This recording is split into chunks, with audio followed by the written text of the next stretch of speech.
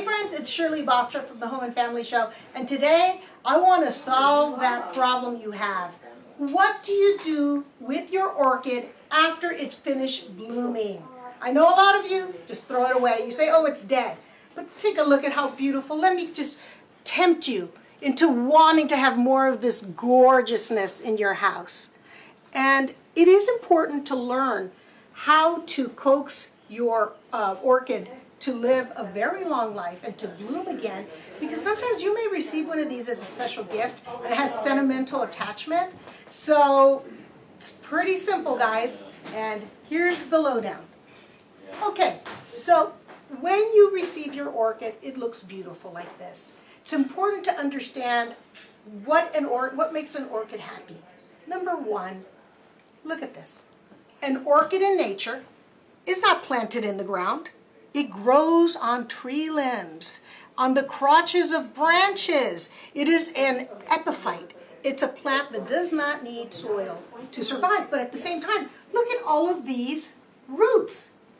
These roots are exposed in the tropical rainforest to the humid air so that it captures water and soaks water through here. Also the nutrients from the air, the nitrogen and everything, and also all of the decaying matter feed this as a natural fertilizer.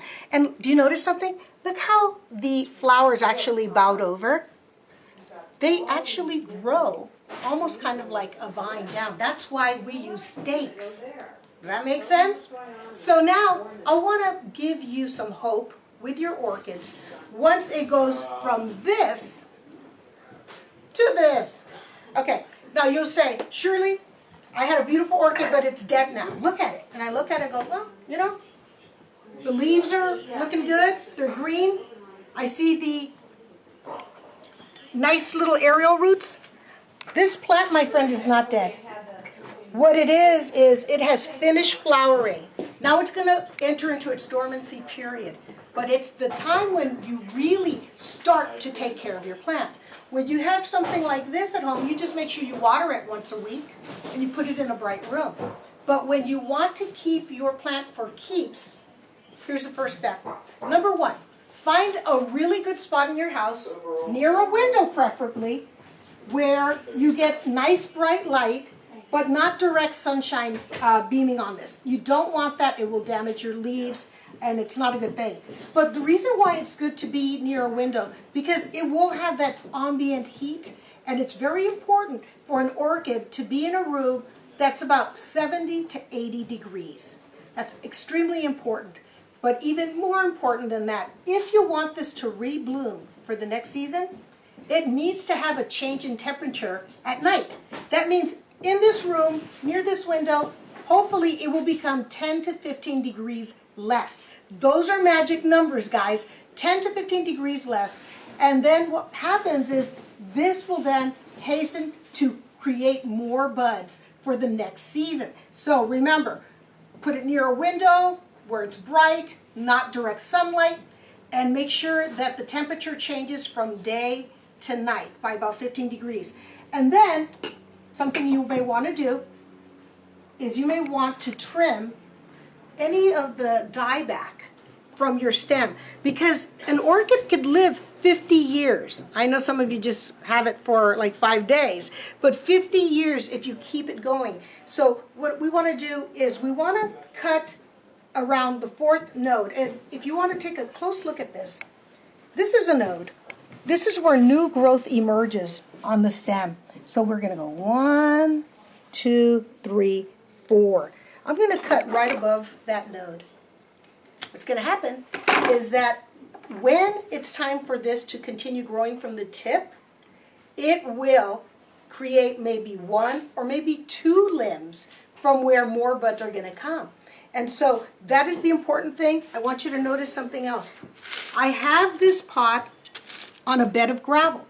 The reason for that is that's the other element that's very important for your orchid to be happy. It needs humidity. Now, if you're in a dry room, which most of us are, it does not give it enough humidity. So if you put it on a bedrock of rocks, you put some water in here, what happens is the water evaporates, so it creates a beautiful humid dome for your plant. that is how you're going to coax it back. Another thing that's really important, well, when you have a plant that's this beautiful, I've heard people say, what kind of orchid food should I feed it? Should I fertilize it? Well, I do suggest that you have a specific orchid food or something that promotes blooms and flowers, but this is not the time to fertilize your orchid. Not when it's in full bloom, friends. When it stops blooming, when you bring it over and you give it this ideal situation, that is when you want to put your orchid on a feeding schedule. Take a look at the instructions on your orchid food. If it says to give a certain amount per week or per month, cut it in half and then give it a week dose, but do it weekly. So they call it weekly. So a week dose weekly, so that every time you water it, it gets a little bit of food. And on the subject of watering, really important not to let your orchid stand or pool in water. Now, I told you to put it on little pebbles, but that doesn't mean that it has direct access to the water. The water is below the pebbles, but you don't want it because what happens is these roots will pull up the water. The water will sit around the root area and rot it. Not good. And that it just defeats the purpose. So very important that when you do water it, you want to water it completely, which I mean just get the water through, make sure that it's coming out from the bottom completely, and if it starts to overflow, and if it starts to overflow, make sure to rinse it out. But you want to do that at least once a week. Once, twice maybe, but once a week. Full, nice watering, let it go, do not get the leaves wet. Now, if you want to understand, once it starts to grow, maybe in a few months, the way an orchid blooms is important to know. First of all, take a look at this beautiful little orchid. It's got this long stem, got all these beautiful little buds. Well, the way it works is it starts to open from the bottom. So this was the first bud that opened up, then this one. Now this one is opening, and now we've got some more coming along. So this is important to know because when you go out and you buy an orchid plant for yourself or as a gift, you don't want to buy one that doesn't have any buds. Because then what's going to happen is, as soon as these are tired, there's no more orchid flowers until next season if they do what I just showed you and take care of it correctly. So that's a hot tip, guys, for when you buy your orchids. Make sure they've got buds. Again, don't throw away your beautiful orchid. Once it stops flowering, it's got life in it for many years. Some people have 50, 60 years with the same orchid being passed down in the family. They're gorgeous. They're works of art. So anyway, make sure it drops in temperature 10 to 15 degrees from day to night. Make sure it gets nice bright light, no direct sunlight. Make sure that it has humidity around it. Put it on pebbles and give it a little cut along the 4th node and fertilize it. Okay? A lot of work, but it's so worth it. And then, guess what's going to happen? Your orchid's going to rebloom again. And no one is smarter than this chick. Oh, no I one. love you. I love you. Okay. I just wanted to bomb you. I give you some money. I love you, Shirley. I give you money. I love you, Orly. She's so cute. Okay, guys.